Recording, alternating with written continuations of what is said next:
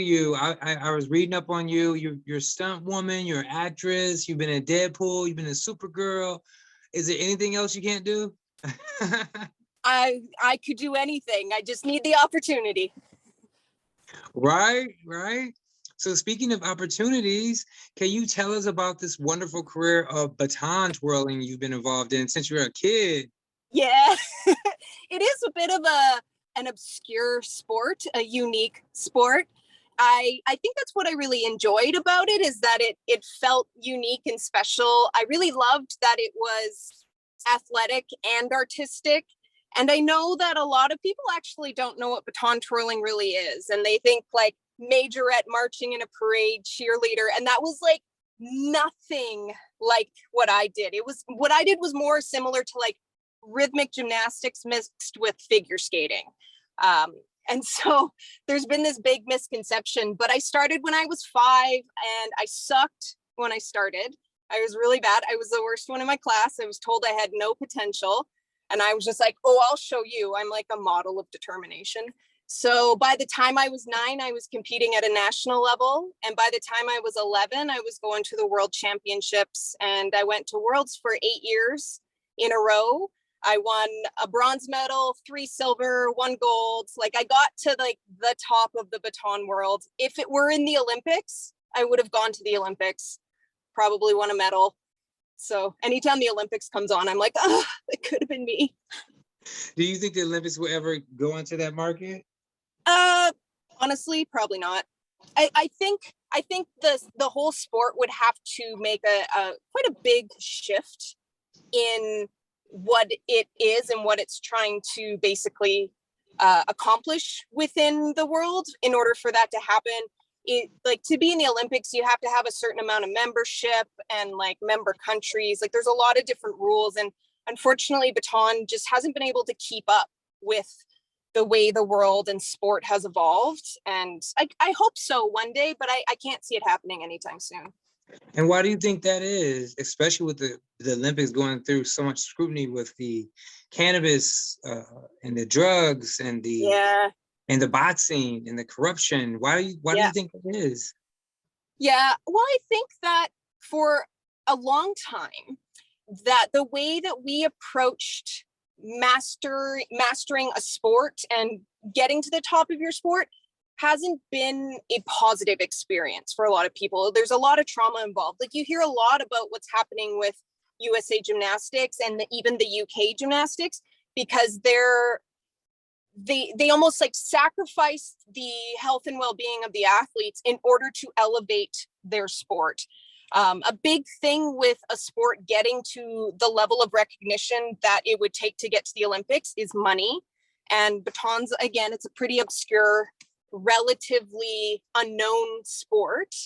And also there's just other things where I think sometimes people get trapped in their traditions. Like this is the way we've always done it, so that's the way it's always going to be. But in order to keep the momentum going and evolve with the world, you have to be willing to change and adapt and adjust. And I don't feel like the sport of baton has done that. They've tried, but they just haven't quite hit it yet. And I think a big part of it is accessibility. And it's unless you're like a 5-year-old little girl, there's not really a world where a baton can be a thing for you to try. And I think that's one of the biggest obstacles.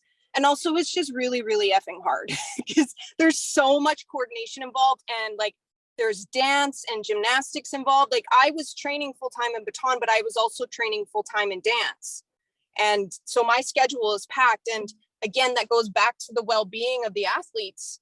And like you can't expect your kids to be training 7 days a week all the time, like 12 hours a day anymore, because that's just not going to create a healthy child in the long run. Because it really, what it comes down to is like, how is the sport going to benefit us in our lives in total? It's meant to enrich our lives, not take away from our lives. And I think just sports in general, because I grew up training in the 90s, and it was very old school, like training 7 days a week, 40 hours a week, no days off, and not talking about our mental health, not talking about our nutrition, not like none of that, which is an essential part of being a high level athlete, none of that was ever talked about. And I hope that it's changing. I feel like it's changing. I've been doing my best with my own community and student base that I'm creating with like staff spinning to change that, because I see where it's affected my life. And if it's affected me, I know it's affected other people. And so I just want to help change that, because I really do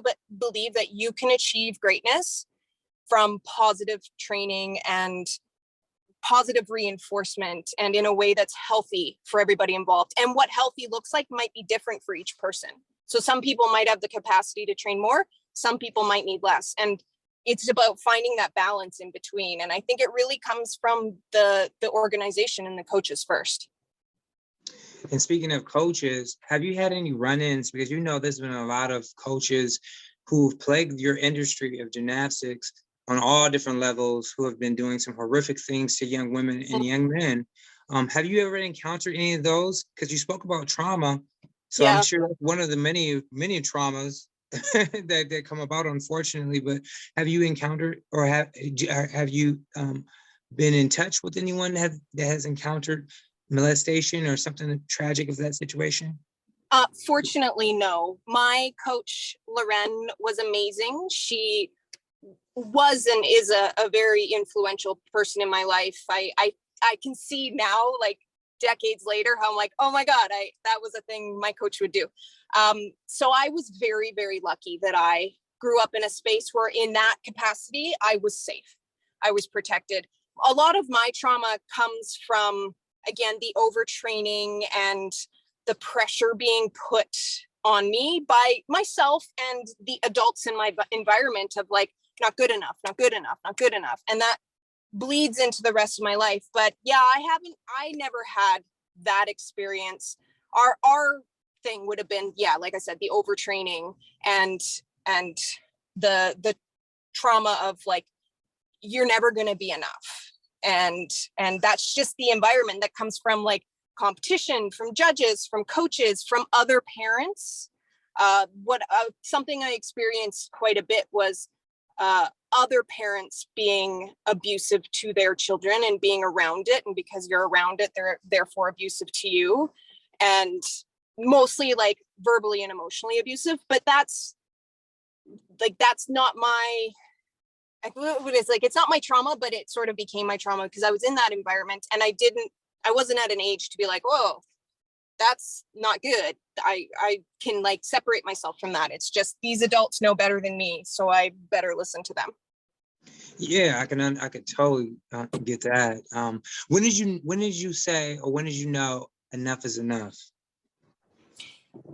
I don't think I knew enough was enough until I was into my 20s being a professional, like my late 20s being like, wait, I'm still running these same patterns. I'm still chasing this like goal, this finish line of like, oh, when I get here, I'll finally be good enough. Somebody's going to put up their hand and be like, Michelle, you finally made it.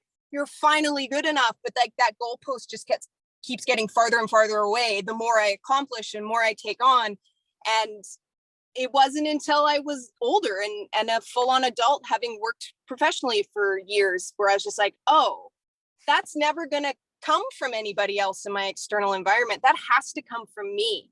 And then that starts like a whole bag of healing from there. But I don't regret my training when I was young. I'm actually quite grateful for it. I wish there's aspects that could have been different, but I went through it, I survived, and look where I've gotten to accomplish and become. And now I get to help change the environment and help other people find new ways of achieving success.